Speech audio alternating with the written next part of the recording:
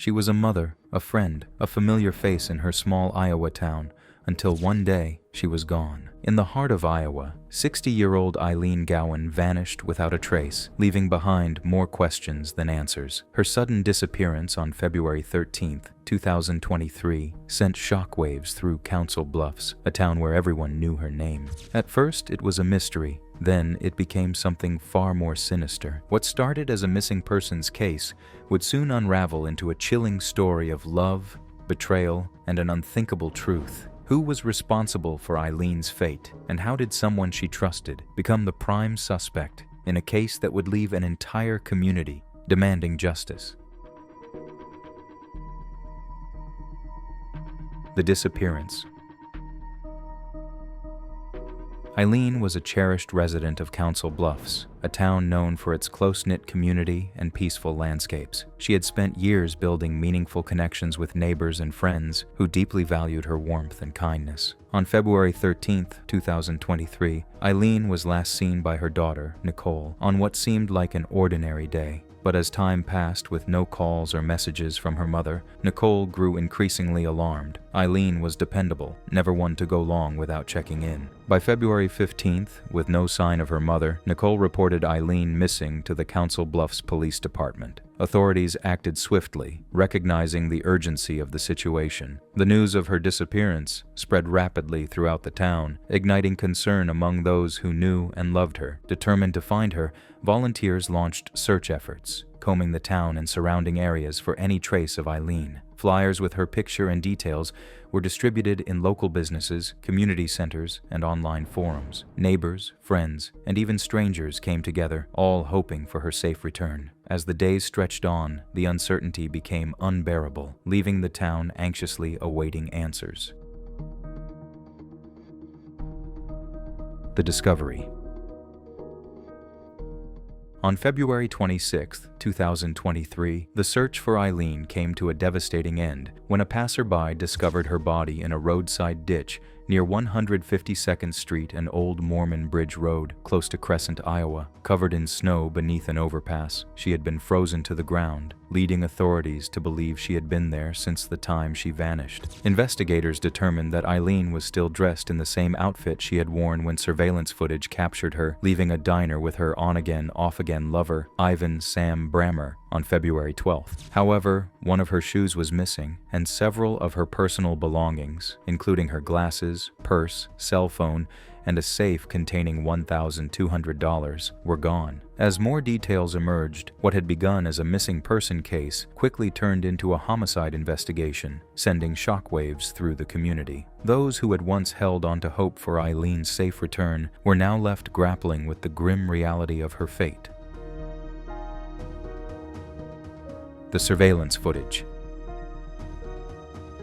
The investigation began with authorities quickly turning their attention to Ilene's boyfriend, Brammer. Surveillance footage confirmed that on the night of February 12th, Ilene left Sugar's Lounge and Diner with Brammer, getting into his Ford F-150 pickup truck. Additional footage later captured the two driving through Council Bluffs in the early hours of February 13th. Then, the timeline took a chilling turn. Traffic cameras recorded Brammer's truck leaving Council Bluffs between 9:28 and 10:28 a.m. on February 13th. Cell phone records further corroborated this movement, placing both his and Ilene's devices in the Carter Lake area during that time. Investigators believe this location could be key to understanding what happened to Ilene in her final moments. When the truck reappeared on surveillance, something was noticeably different. Ilene, who had been upright in the passenger seat earlier, was now slumped over and motionless. Her unnatural posture immediately raised suspicion. Investigators feared that by the time Brammer returned to town,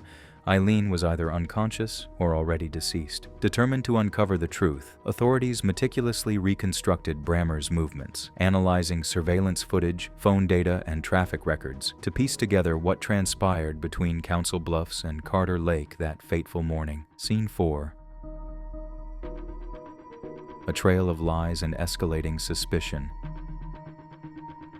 The investigation took a darker turn when authorities questioned Brammer, only to find his story shifting multiple times. Initially, he claimed to have dropped Ilene off at an acquaintance's house, but as investigators pressed him for details, his account changed. His erratic behavior only fueled their suspicions. He made alarming threats of self-harm, exhibited unpredictable mood swings, and, in a shocking move, abruptly destroyed his truck, a potential key piece of evidence. Then, authorities uncovered an even more chilling revelation. According to court records, Brammer allegedly threatened Ilene's son, Jack Kilgore, in a disturbing exchange. He warned Jack that if he continued pushing for answers, his grandmother would have to pay for 2 funerals. The chilling remark was made while Ilene was still classified as a missing person, raising even more red flags about Brammer's involvement. Despite the fear and uncertainty surrounding the case, Ilene's family refused to be silenced. They remained vocal in their search for justice, tirelessly pressuring authorities to uncover the truth. As investigators worked to piece together Ilene's final moments, her loved ones continued to fight, determined to hold Brammer accountable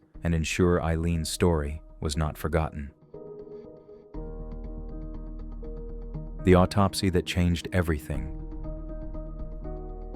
Ilene's official autopsy, conducted in May, initially failed to provide the closure her family so desperately sought. A toxicology report found only caffeine, nicotine, and a prescription drug in her system, ruling out any substance-related cause. Yet, Assistant State Medical Examiner Kelly Cruz could not determine an exact cause of death, ultimately listing the manner of death as unknown. With no definitive ruling, the case stalled, leaving Ilene's loved ones in agonizing uncertainty for months. But her family refused to accept unanswered questions. Determined to uncover the truth, they turned to Dr. Michael Baden, a renowned forensic pathologist from New York, known for handling high-profile cases. His independent examination revealed a chilling reality. Ilene had not died from natural causes or an accident. She had been strangled to death. This revelation shattered any lingering doubt and intensified the case against Brammer. With this crucial new evidence, authorities strengthened their case, bringing them one step closer to holding Brammer accountable. Yet for Ilene's family, this was only the beginning. As they fought for justice,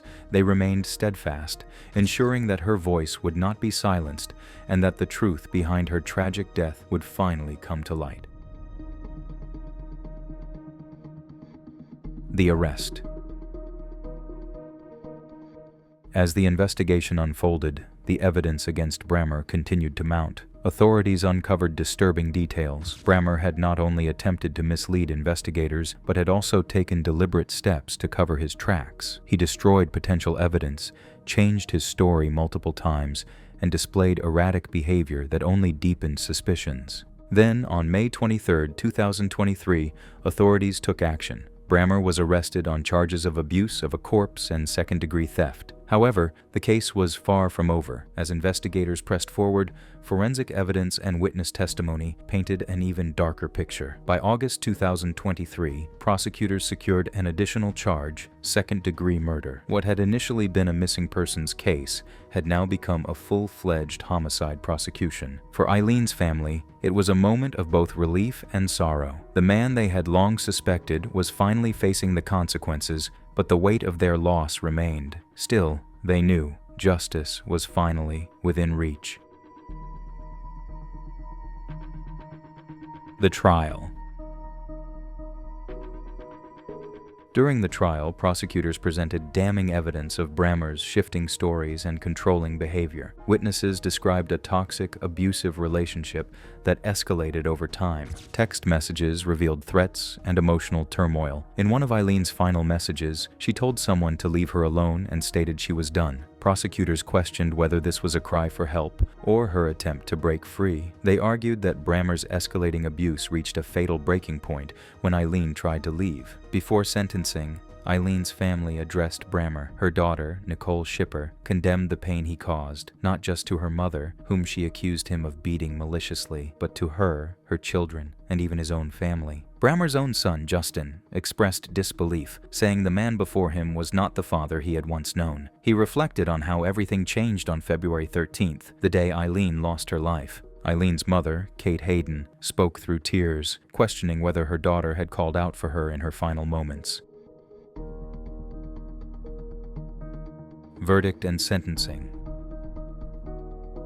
In November 2023, a jury found Brammer guilty of second-degree murder, abuse of a corpse, and second-degree theft, marking a significant step toward justice in Ilene Gowan's case. In January 2024, Brammer received a maximum sentence of 50 years for the murder charge, along with concurrent sentences of 10 years for abusing a corpse and 5 years for theft. Prosecutors estimate he will serve at least 35 years of the murder sentence before additional time for the other convictions is considered. While the sentencing offered some closure for Ilene's family, no punishment could ever replace the mother, sister, and friend they lost. Legal experts emphasize that this case serves as a stark reminder of how intimate partner violence can escalate, particularly when an attempt to leave an abusive relationship is met with control and aggression. The verdict underscored the importance of recognizing warning signs and intervening before domestic violence turns deadly. Despite the conviction, the legal battle is not over. Brammer's defense team has already announced plans to appeal, leaving Ilene's family to brace for yet another chapter in their fight for justice.